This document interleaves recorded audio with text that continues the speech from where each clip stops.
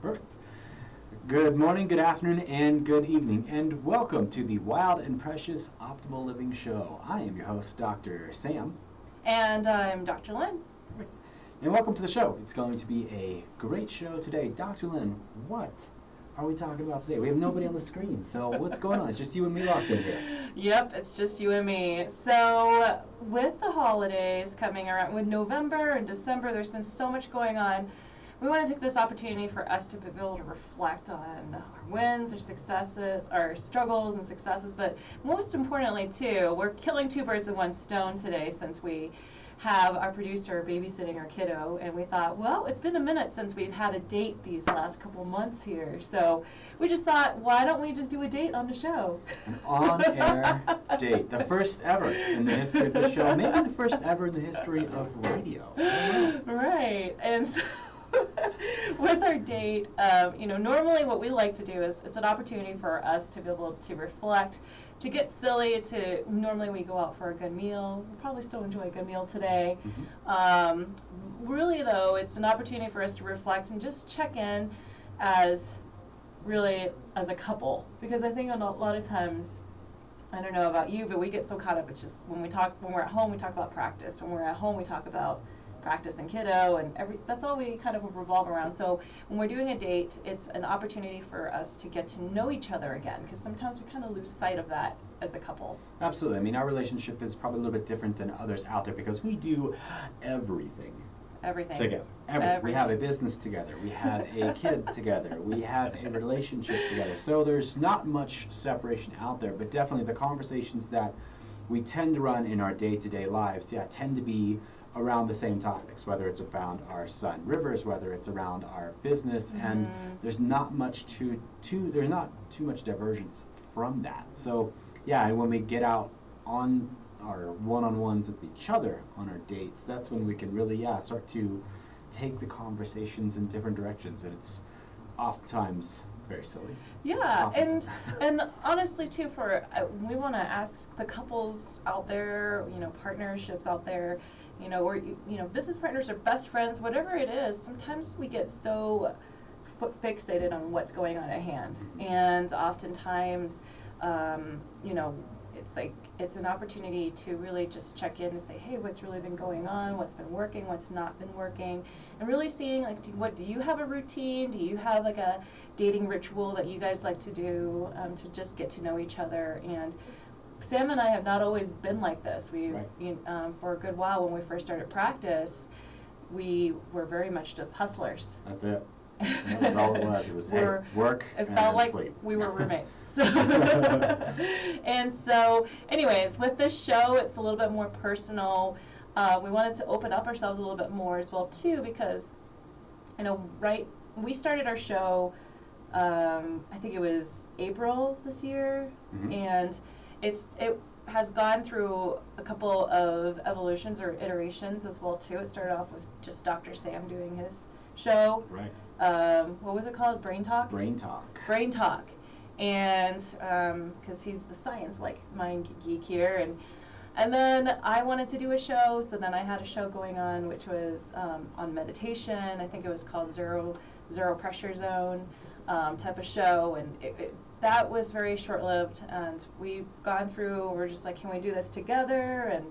And then we were able to, we started alternating. We both were on the same show, but we were doing it one at a time. Yeah. And then now it's finally come into this form here where it's both of us on the show at the same time. Right. And it's kind of funny how that's the similar path with really our practice, where we've gone through several different versions of it. Yes, we've gone through several different iterations of our practice too. And, but we just, oftentimes Sam and I, we just get down and do it. Sometimes it's not the smartest thing because we don't always plan. We're getting better at planning. Absolutely. However, we want to be able to take the time to be able to reflect on that as well too, and for our audience, for listeners to really get to know who's who on the show.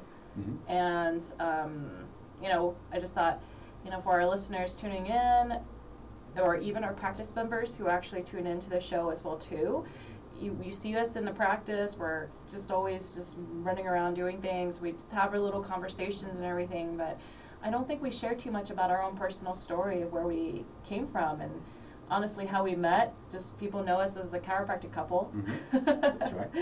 And so, long time ago. Right? Many moons ago. Many moons ago. We haven't, it's not that long, but we, for those of you who don't know us, we actually met each other while we were in chiropractic school. Mm-hmm. And I remember that, the first thing that caught my eye, or drew my attention was Sam has this tattoo here that was just like, oh, Sanskrit, huh? And so it's a cool little tattoo, and that was my first observation and conversation about that initially, and that's where we met, and we were doing a chiropractic philosophy meetup.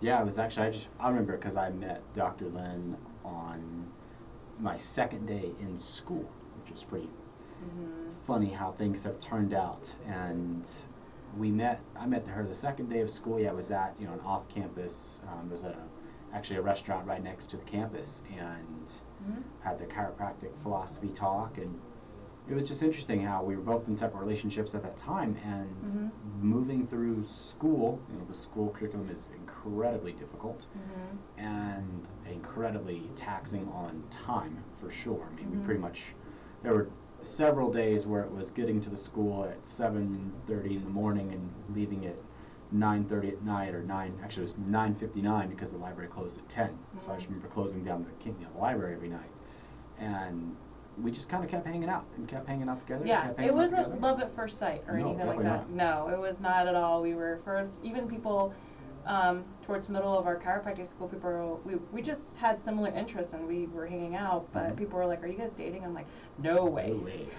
Someone even asked, would you ever marry someone with the same field that you do? Like, would you marry another chiropractor? And I was just like, no way. Not interested. Yeah, I had the same thought. It's like, and why would I want to share that with someone? Like, I like this for myself and my own project, my own practice. And don't know what. Boy, were we wrong. Just the chemistry changed over time, and so for us, we've gone through a lot of transitions. Yeah. We really, we graduated.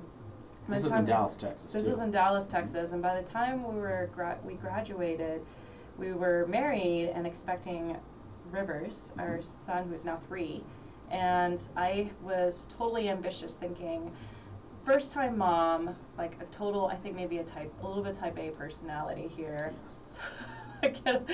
I'll be okay in like a month. I'll start seeing practice members. We'll start practicing. I'll be all good, and he's just gonna sleep the entire time. That was not what that was my inexperience in being a mom, totally not knowing what to expect. We also skipped over a couple of good parts too. I mean, some of my favorite things were, so we graduated December 2016, and I remember having the intimate discussion because you had to finish up one more test on your boards, and it was, all right, when should I do this? Should I do this in March or should I do it in April? I said, well, I think you should do it in April because Rivers is most likely going to be born in March. And you're like, no, it'll be fun. Oh yes, and I was in my 3rd trimester. You were in your 3rd trimester, and then, of course, the day of boards, where she has to take this licensing exam, she wakes me up at 2 a.m. in the morning. I'm having contractions. And of course, later on that day, about 12:28 a.m., technically the next day, Rivers was born. And the amazing thing was actually is that Len took part of that test while having contractions and in the beginning stages of labor. So the toughest. It was funny. I remember sitting in an exam and I was just sitting there and just breathing through it, pausing for a moment to just breathe, and then the other chiropractors that were around me, they're so kind. They were just like looking at me with pure concern, like they knew obviously I was very pregnant, and yes.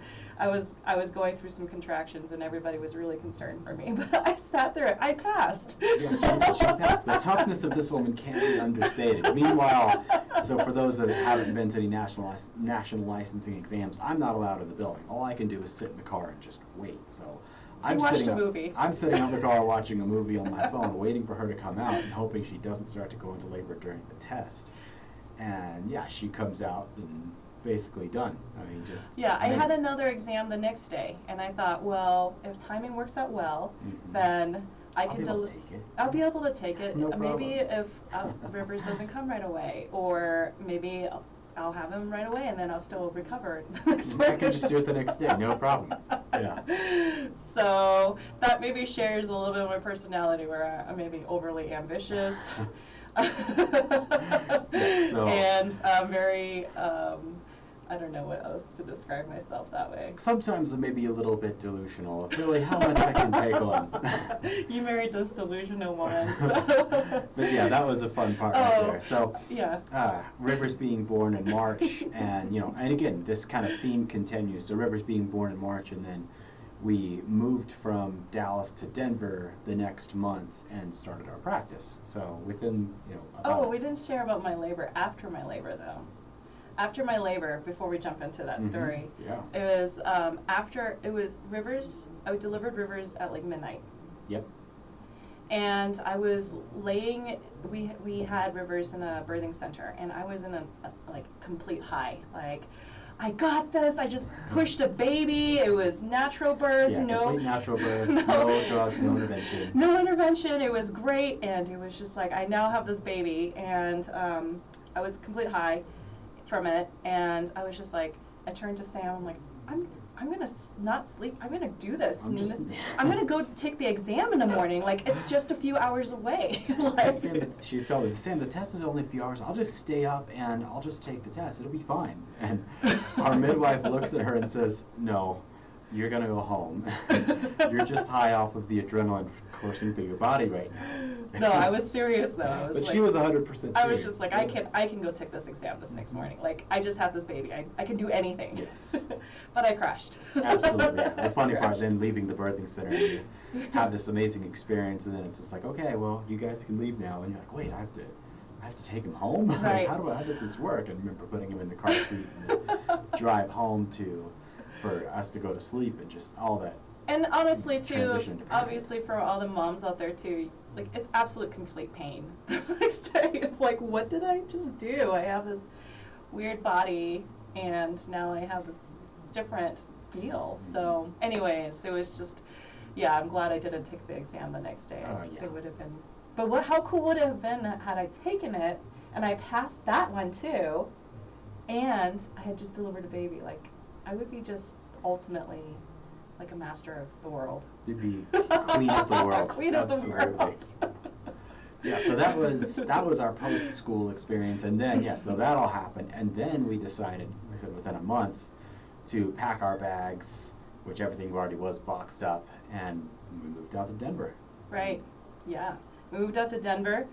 Originally we were going to purchase a practice, and things didn't work out in place, and we ended up walking away from the practice that we were going to purchase. And Sam and I were literally, it was a month, and Rivers was only a month old, and we had moved out to Colorado.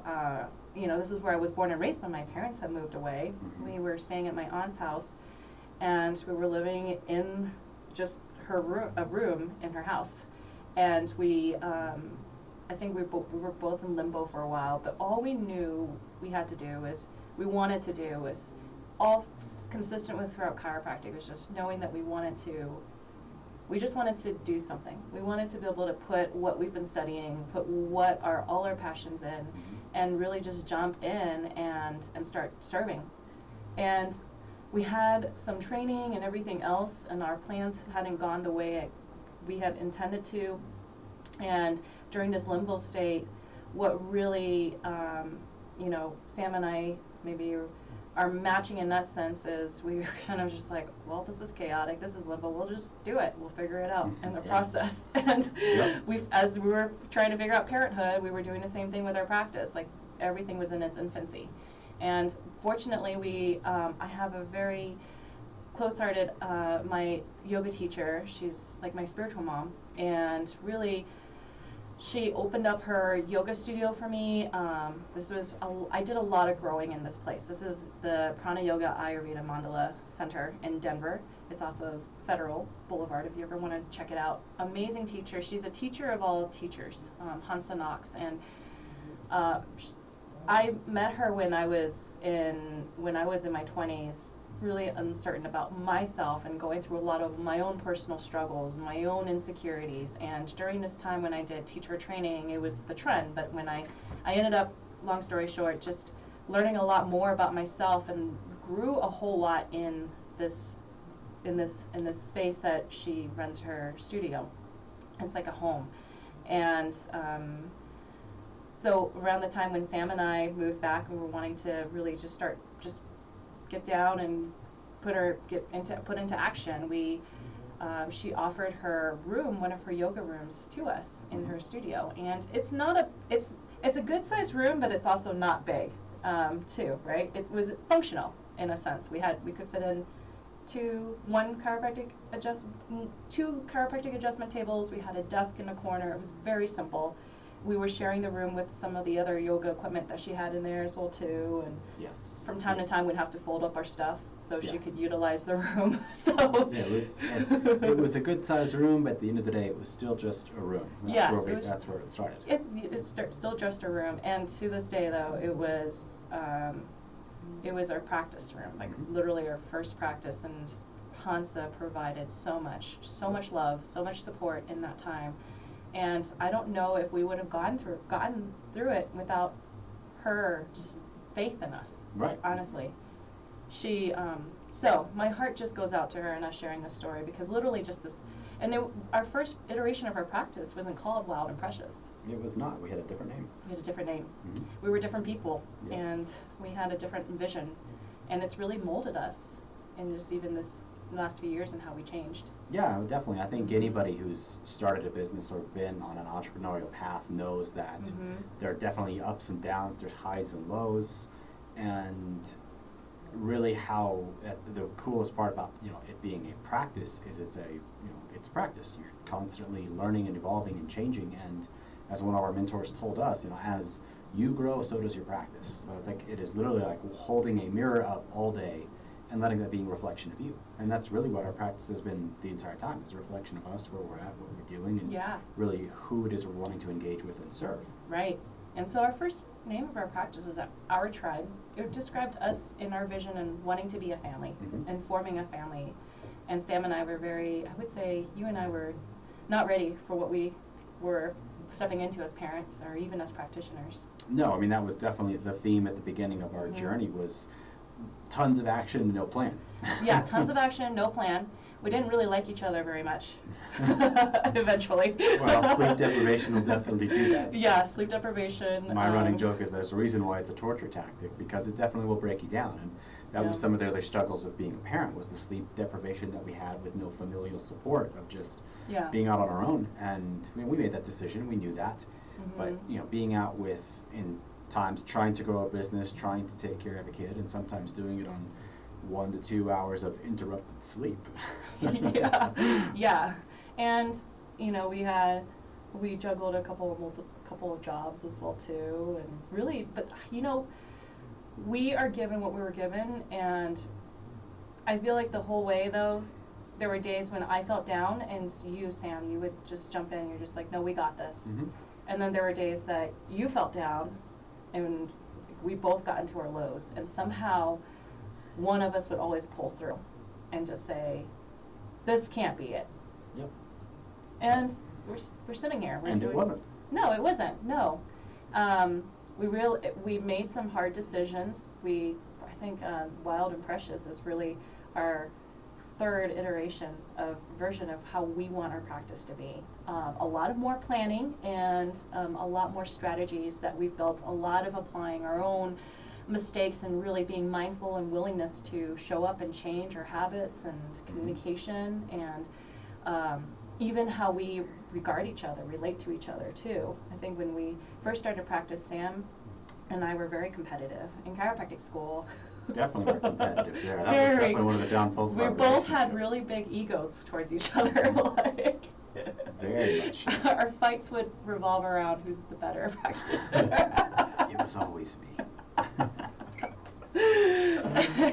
And so long story short, 2020 has really been a gift, honestly, for us, because it really forced us to say, you've taken all these last few years of chaos that honestly we created. I know we created. We were, we asked for that chaos because we were needing to learn a lot and building our business and building our practice and stepping forward and being parents and being spouses to each other. And so many, every angle. And the culmination of 2020 really forced us to get really clear and taking responsibility of us growing. So I think we were preparing for this year in a sense too. Like chaos, we can thrive through it. We got through it. Absolutely, yeah. I mean, that is kind of the funny thing about this year. While the whole world's been thrown into chaos, it's for us, it's like, oh, all right, just another day in paradise here. And it's really just been what we've been living in for, I don't know, a number of years. Not necessarily as crazy as how the pandemic and the whole world is now, but certainly has tempered our will and our fortitude and our drive and everything else to be able to, again, like you said, thrive in this particular year. And we definitely have. I mean, Wild and Precious has grown leaps and bounds. It's certainly taken on a whole new form. I think that you and I we didn't see it at the beginning of the year. It started to take shape as the year came along, and to where it is now is, I mean, a very potent place of healing, I would say. And that's certainly a unique office in this part of the country. Yeah, absolutely. And with Wild and Precious too, for a while, just a little bit of backstory behind that too, when our original practice, our Tribe Center for Wellbeing, we were two years into practice, and Sam and I really felt like we were losing our way, both as practitioners and also as business owners and even as a couple. Like we joke around, but on our second anniversary that year, like last year, when we were really, in a sense, I think, was it last year? No, the year before. The year before. Sorry. Here's the other funny thing in our relationship is I'm the one who always has to remind her of the anniversary. I'm the worst with dates. So 2 years before, on our anniversary, rather than celebrating, it was really sad. We were arguing, we were fighting. It was not a celebration. It wasn't a celebration. It was talking about how much we felt disconnected from each other. And anyway, 2 years into our practice, we made a decision to not separate our marriage, obviously, but separate our ways in how we were practicing. Sam went off and did an associate program, and I wanted to continue to build a practice. So our tribe was really at a point where it was just winding down. It was hurtful because, in a sense, that I felt like we were wanting to, it was just like, I failed this dream. I don't know if our listeners have ever felt like you failed something. It's just like, well, why even try? But I really felt like I had so much hope, even though I had doubts on myself. And I think our decisions to separate ways, and Sam needing some time to really refocus and figure out really what he wanted, and me, I needed to learn to step up to learn to make decisions, because I got into a habit of turning to Sam and saying, what do you think? Like, what do you want? And then compromising, but then I'd still have my own opinions, and we were very inconsistent. Long story short, I decided, hey, okay, I found, lo and behold, a new practice location. And our tribe, I decided to change the name because I really wanted to be where I was at that point in my life. And so Wild and Precious, Optimal Living, Wild and Precious stems from Mary Oliver's poem, Summer Days. And I remember coming across this poem in Hansa's studio years ago when I was a yoga student, and it was at the very last part. This is how we end our shows, is tell me, what is it you plan to do with your one wild and precious life? And it's this reminder of don't take things for granted. If you fail, figure out what you didn't do right, and at the same time though, what is your vision, and what is it truly that you want, and don't put the most out of it, get the most out of it, because it's you, it's your expression, and don't doubt yourself in that. And so in building that practice, we just celebrated our year in being in the space that we're in and being wild and precious optimal living. And so it was shortly into practice and really establishing the foundation and really doing a lot of one person band for a while. And I would say also the name Wild and Precious, I mean, it's that mentality, yes, of not quitting, but also the mentality of, yes, seizing the moment, seizing the opportunity. Yeah. But even though the optimal living part, I don't want to skip over that either, because it almost became Wild and Precious Chiropractic. Oh, yeah. And you had a discussion with that about me, and you're like, well, I don't know if I want to call it that. How about Wild and Precious? What was it? It was Wild and Precious. I think it was Center for Well-Being, and it was just like, I was like, that's too long of a name, and it is so long. And then coming across, what about optimal living? Because there's no, the other hard part in terms of having a health-based business is the term wellness, you know, because their wellness is thrown around everywhere. It's such a garbage can term now that it doesn't really mean anything. And that was another discussion, like, what about Wild and Precious Wellness? And like, no, I don't like that either. So optimal living came up because there was this declaration of, okay, well, there's no question what optimal living means. There's no question about what that stands for. And also it opens up this option for really a vision both of us had in school was we never wanted just and I don't mean this in a negative way, but just an ordinary chiropractic office. We wanted to do more. I think that's where our ego still shine bright. Absolutely. It's always that. But there's more. There's more we can do. There's more. And we're just always, I think even in chiropractic school, Sam and I were always those weird ones that are going to mission trips or traveling to Mexico and doing random retreats with training, adjusting trainings, and yes, we spent half of our time in school, half of our time on as a mentor calls it, the alternate curriculum, where we're really parallel curriculum, trying to fill ourselves and trying to be the best we can be. But yeah, we both had the vision in school, and I remember really declaring this early and often, like, look, we really wanted to help sick people. We wanted to do something totally different in the chiropractic world. Yeah. And that's and if we were to reflect on that right now, we've always wanted to do more. We just didn't know how. Yeah. And we really didn't know if we had enough trust in realizing our own personal capacities to do it. Yep.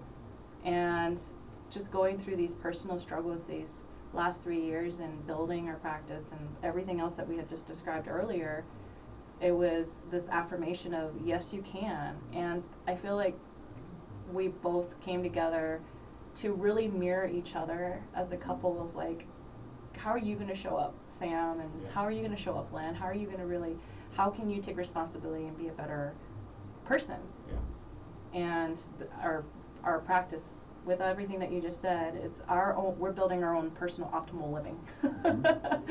And so. Yeah, I mean, and speaking of optimal living, I mean, one of the most potent tools that we use in our office is through the Shed Light cold lasers.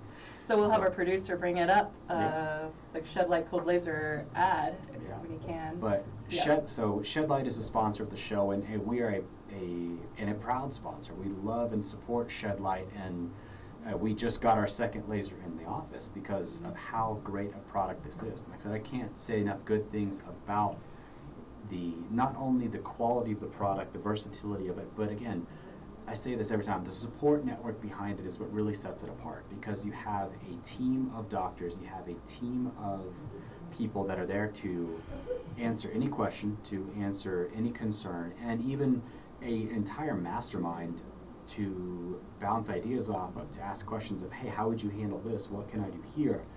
To really utilize the fullest potential of this product. Absolutely, and honestly too, if we can share our own personal experience in using it. Yesterday a practice member asked us, do you guys actually bring your laser home and use it every night? And we both laughed. And we were like, absolutely, why not?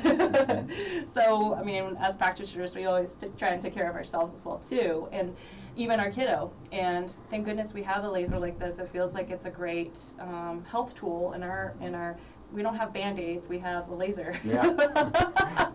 We don't have Neosporin, we have the laser.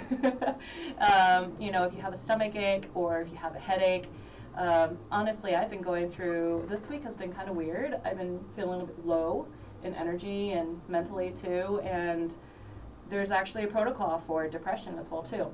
So, been on top of some self-care work and everything else, using the laser to laser the different areas of the brain that's associated with some weaknesses to depression, and that's been really helpful as well too. So when we talk about laser, it sounds really, it's not obviously in the major field of awareness for a lot of people.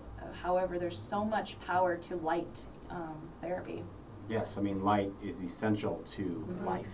That's part of why they call it shed light from, I believe it's a part of the Bible that's saying, let there be light, shedding light onto life, and that's where the name comes from. But yeah, we use it for everything. We traveled with it on Thanksgiving. We'll probably travel with it during the winter holiday. And I mean, yeah, for me, I've been using it, going through now a gut repair protocol through our wonderful friend Nikki Burnett, and host of Taste Life Nutrition. Yeah, and was using the laser prior to starting the protocol. She had me on because of just some of the gut problems and issues I was having, and literally knocked out, I would say, at least half of the symptoms that I was experiencing just using laser. And then, as I now having two, we had a little bit of, some icky feelings. I think we were a little bit under the weather the prior weekend, and using the laser and just knocked it out in a day. Yeah. Just bounced right back. Honestly, I really send a lot of, with the laser, I give it a lot of credit too in terms of how we've stayed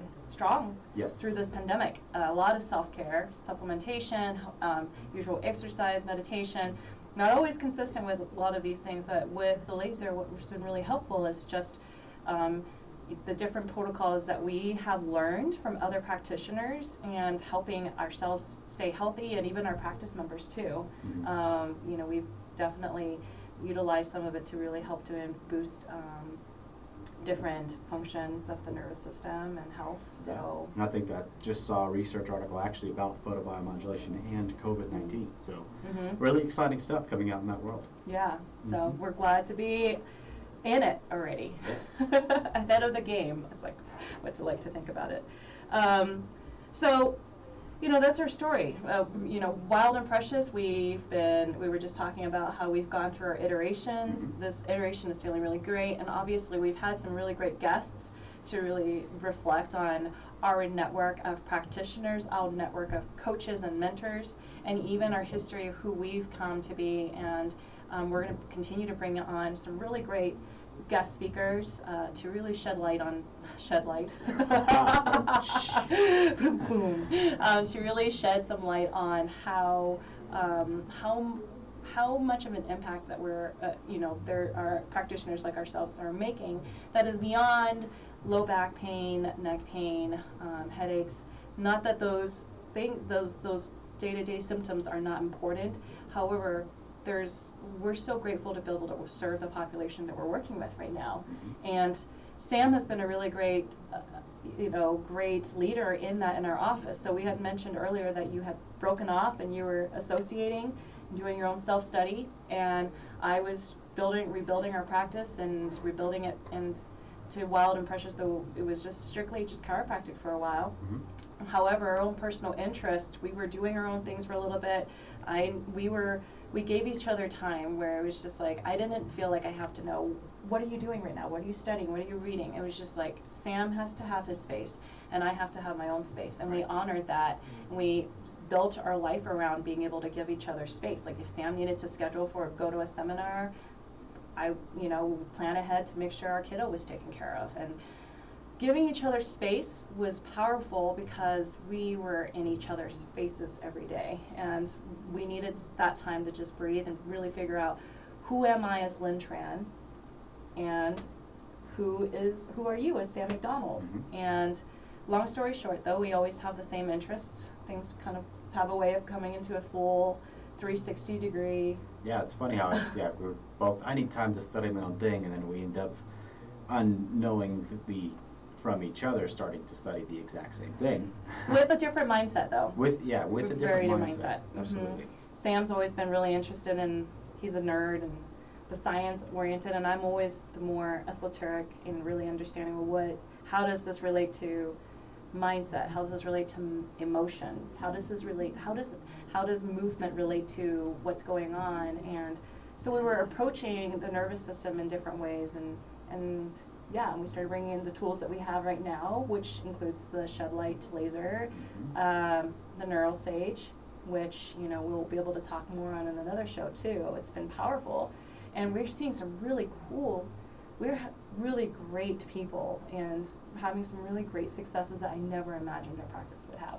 No, absolutely not. I mean, like I said, with the shed light, with neural sage, with brain tap, and even, you know, some of the other ancillary tools like the Resimex that we use, all these different things that, but it all comes back down to this vision that we both never really steered away from, was, okay, how can we approach and address the neurology as powerfully as we can?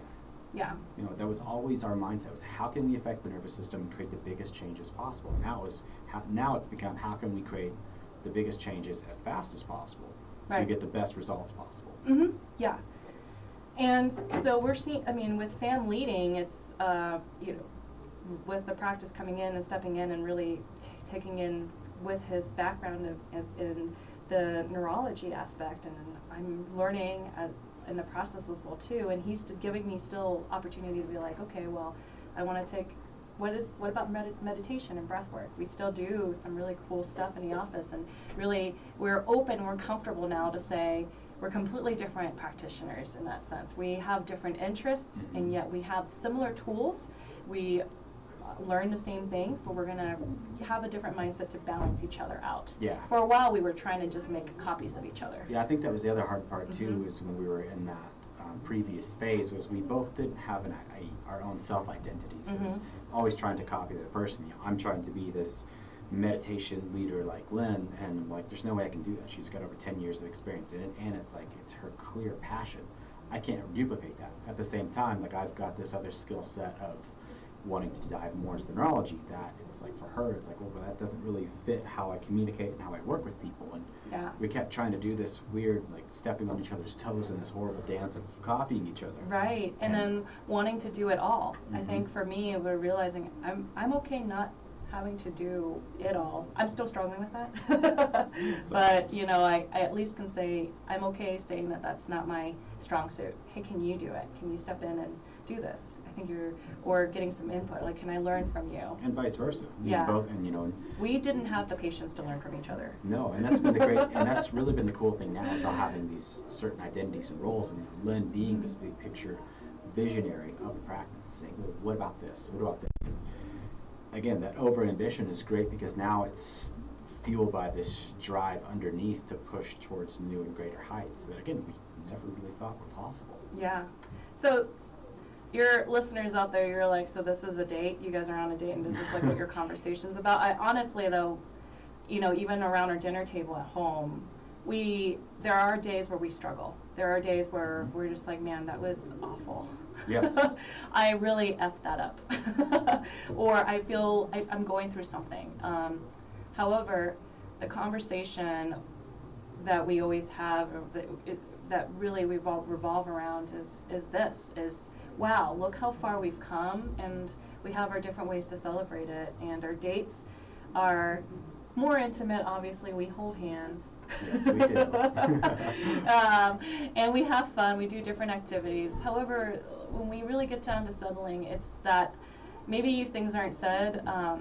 However, we talk about, like, these are things, is like, wow, can't believe what we've accomplished, and what more can we do, or like, this is something that that I'm struggling with, and or I really appreciate in you, and things like that. So our dates are really meaningful to us, because it's really celebrating each other as our partnership. And so in our title we had put friendship, but, you know, Sam's my best friend.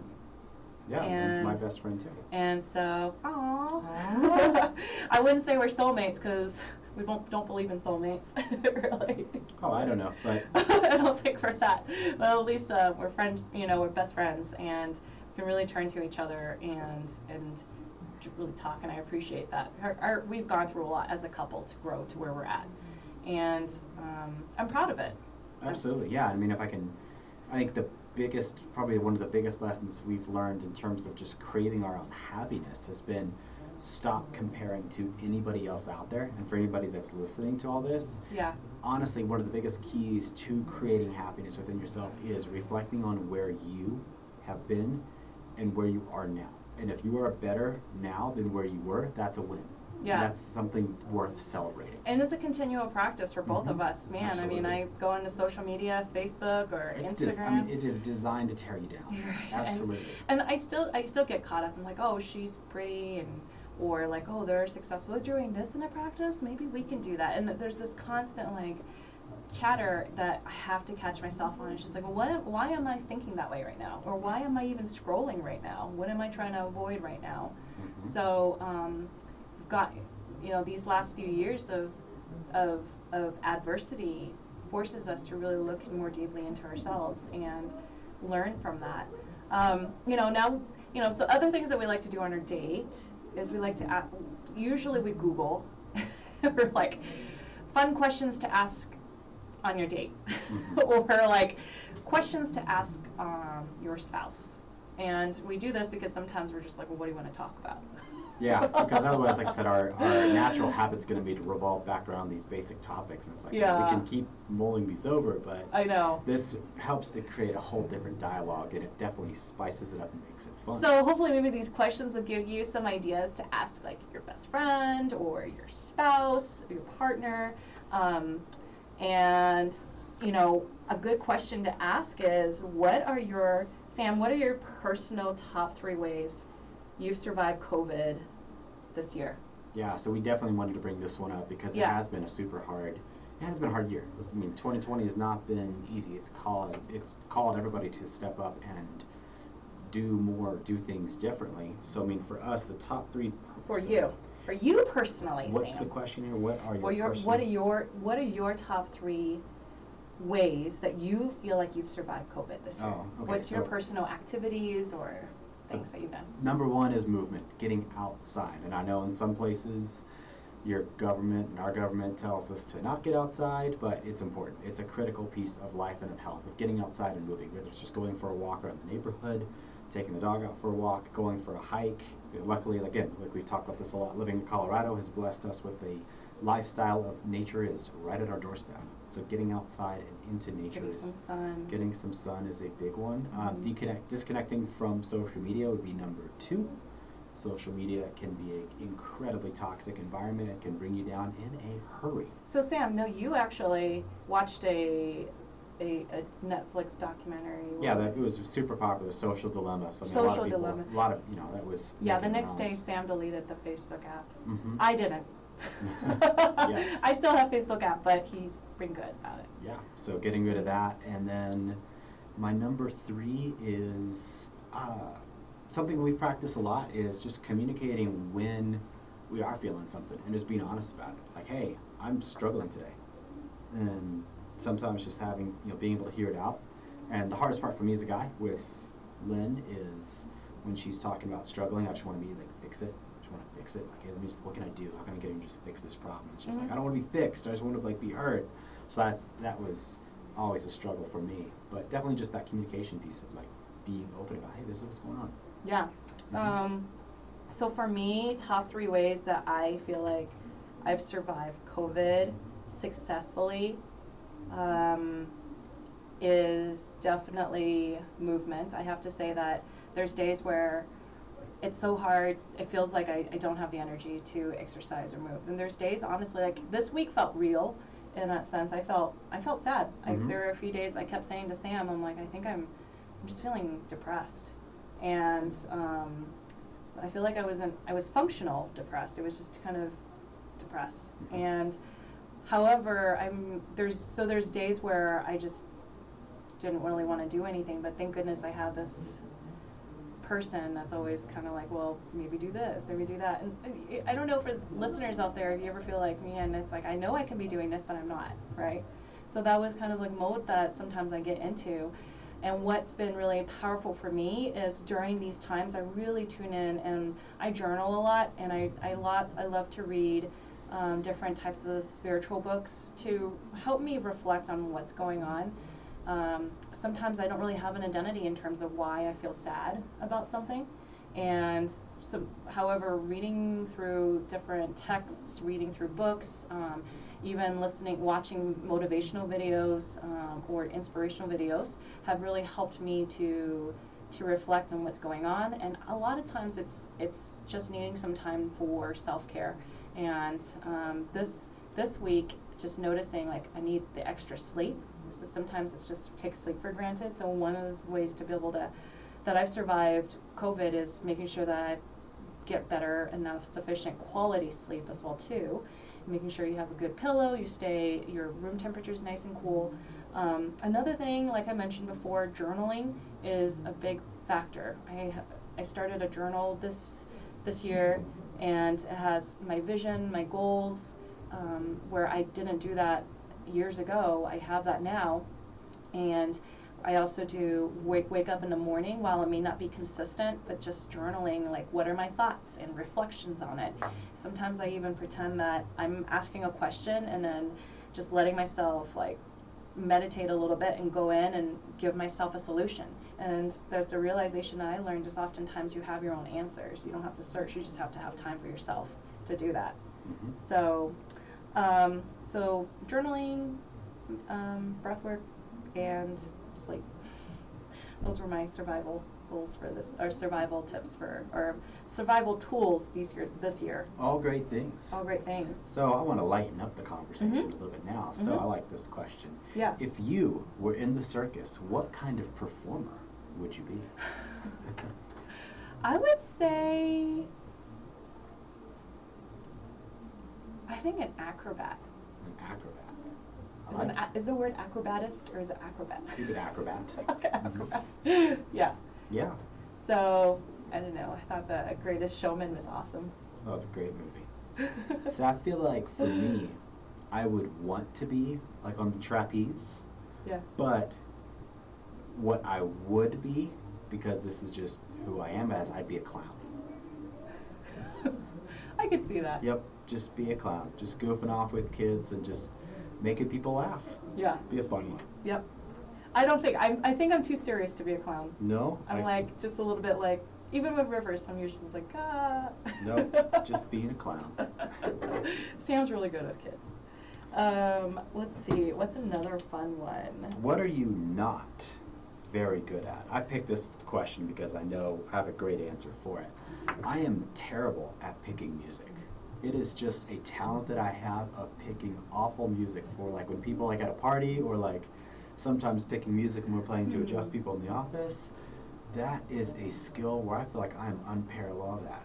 I mean, I can't remember the number of like in the classic scenes in movies when like the record scratches, everybody's like, what? Like that's like the type of music I would play. People are like, what is playing right now? Like, just pat me on the head. Hey, thanks, Sam. Okay, go run along now. We'll fix this. Yeah, absolutely. Yes. Man, it's hard to say. I mean, it's hard when you're very good. I'm good at everything. I don't have an answer for that. I guess not very good at being humble. Just kidding. I'm not sure what I'm not good at. Maybe. Oh, I'm not good at making or quoting artists or quoting movies. Oh, I'm terrible at getting jokes. This is true. I can verify this. Sam will tell jokes here and there, and I'm just like, what? I'm just like, can you explain that? It is the biggest book. I'm really slow. So, in that sense. Just that sense. Just that sense. That's the only one. That's the only one. I'm quick at everything. Other than that, absolutely perfect. Okay, I get to pick the next question. Let's see here. If you could have a billboard with anything on it, what would it be and why? I always thought this was a funny scenario back in the day. It's probably less interesting now because social media's been around for so long, but I always thought it was the most hilarious joke of having a billboard somewhere just in a city I've never been to, and it looks like a Facebook status update, and I just randomly update it with whatever I'm doing. People just see that and they're like, who is this Sam guy and why is this billboard here? I just always thought that was a hysterical like situation to do if I could do that. I have a good one. Yeah? It would be a billboard of your face. My face. Sam's been really great at making kombucha at home and brewing kombucha. He's somewhat mastered the art of brewing kombucha, and actually he's really great at infusing kombucha too with fruits and even pumpkin recently and spices and stuff like that. He's really good, and so I keep joking with him. I'm like, someday your second business should be opening up a kombucha kombucha company or something like that, and brewing company. And on the labels, I just see his face and his mouth wide open, and just wide, just like as if he just told a funny joke, and he's just looking at you from the side with this gaze of like, yeah, you got it. And with that type of facial feature, and it says Kombucha Daddy. There we go. That's what I officially want to be able to call it, his company, Kombucha Daddy. Kombucha Daddy. And I just think it'd be funny to have his face planted everywhere. Describe the worst haircut you've ever had. Oh. Oh. Yes. The worst haircut was definitely, I feel like a lot of us have that terrible high school haircut somewhere. I definitely have one. It wasn't a haircut. My hair was really long and I wanted it permed. My mom permed my hair. She did great, except I don't know what this time around was, but my hair just permed, frizzy. I had a fro for a good while. I had just big hair. I would love to see a picture of this. It's in my parents' house for sure. We'll get a picture of this out to the audience. Don't worry. It's a big, poofy. Big poofy hair. Poofy hair. Wow. Yeah. Right on. I actually gave myself my own worst haircut. So when I was early on in high school, I gave myself a haircut. It's called a skullet, where I left the sides of my hair, like on the sides of my head, long, and shaved down the middle. And I'd spike it up, and my joke was... Like Wolverine? Sort of, like a terrible, like a balding Wolverine haircut. And that was, my joke for that was, it was a runway for Dumbass Airlines. Oh, God. Man, I've never seen this picture before. Yeah, it's a terrible haircut. This was one that we had asked each other, and I thought it was really funny a while back. Was like, if you could write a book or title your book anything right now, if you had a book that you wrote and you title it anything, what would the title of the book be? I have no idea. I'm just thinking mine too. Yeah. I think for I don't know how to. I feel like I don't know. Actually, I can't think of a. No, I think I'd call it 50 Shades of Sam. 50 Shades of Sam. There you go. Okay. Let's see. What is the strangest thing you've ever eaten? The strangest thing I've ever eaten would probably be chicken feet. Sam, who joke around, Sam's always asking me, am I more Asian than you? Definitely not, no.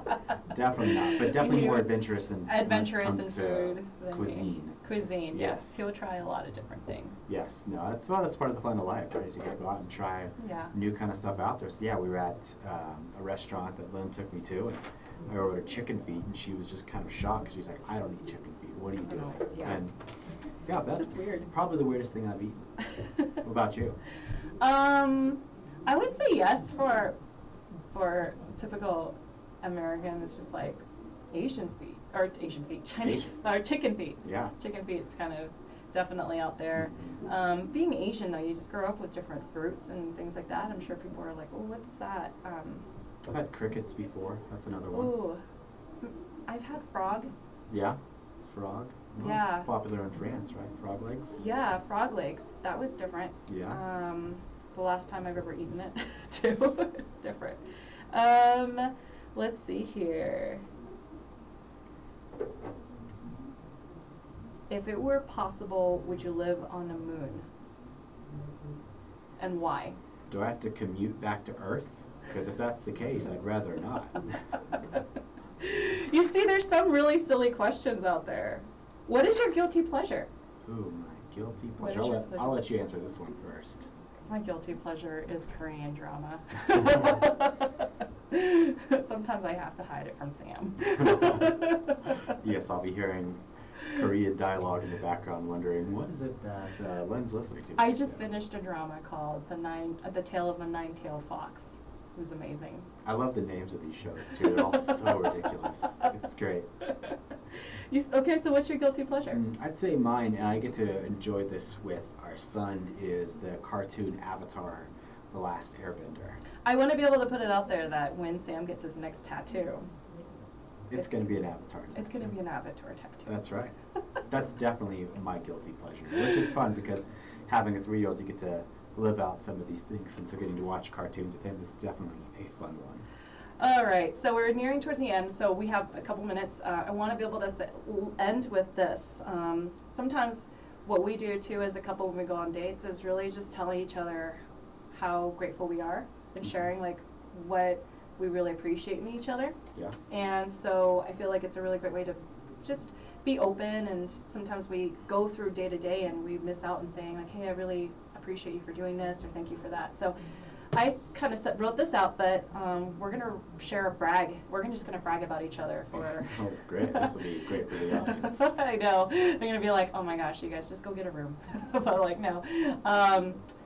So bragging about Sam, it's my way to show my gratitude, is there's times where I go through my ups and downs, and Sam, you're always just open for whatever, and just really just like you say, like just holding space for me to cry, for me to celebrate and get excited about something. Some days he may roll his eyes about my own personal interests and joke around about it, but he will also be just, I feel still comfortable in being able to tell him, yeah, this is what I'm studying right now, or this is what I've been reading about. Like recently I started reading about Pleiadians, and he started laughing at me and like, you believe in aliens? Like, why not? And so just different things that I'm weird about, and he would love me for my weirdness. So that's my brag. Yeah. Well, I am grateful for your willingness to never quit. And that is definitely something that's kept us going, is just this attitude of, I'm never going to give up. I'm going to keep finding a way. I'm going to keep going. And, you know, that's just, it's such an awesome characteristic to have. Mm-hmm. So that's definitely a big one. Well, our little boy's a big motivation behind it. Absolutely. Well, we are really excited for next week because so next week we'll be back on the show again too. We're still doing every other week, but we're just getting back into schedule. Next week we have Dr. Brandon Crawford of Austin Brain Center, and he is also the co-owner of Shed Light Cold Lasers. And we're super excited to be able to have him on. He is very much a seasoned, masterful practitioner who works with a really great number of complicated cases, and he practices globally as well as located also in Austin, Texas. And he different crazy stories that I know that I've heard from Sam since you've actually visited his practice. Again, you know, like we've talked about, our practice is one that we strive to be different, and we've taken a number of pages from Dr. Crawford's book and how we tried to model our business and our practice. Mm-hmm. And he sees cases like I would never believe. One of his big niches in his practice actually is anoxic brain injuries, so children that have had near fatal drownings. And he works with a lot of these kind of kiddos. Mm-hmm. And kind of would, as I wondered walking in there, like, well, what can you do for these kids? And the answer is a lot. I've seen a lot of changes when I was there, mm-hmm. shouting and seeing what he was doing. But this is a gentleman who knows a lot. So yes. Put your seatbelts on, get your popcorn ready, buckle up, because it is going to be a brain ride. Yes, and so he's going to be on next week, and so we'd like to be able to end on our usual question. That's right. Dr. Sam, tell me, what is it you plan to do with your one wild and precious life? We'll see you around. Thank you so much.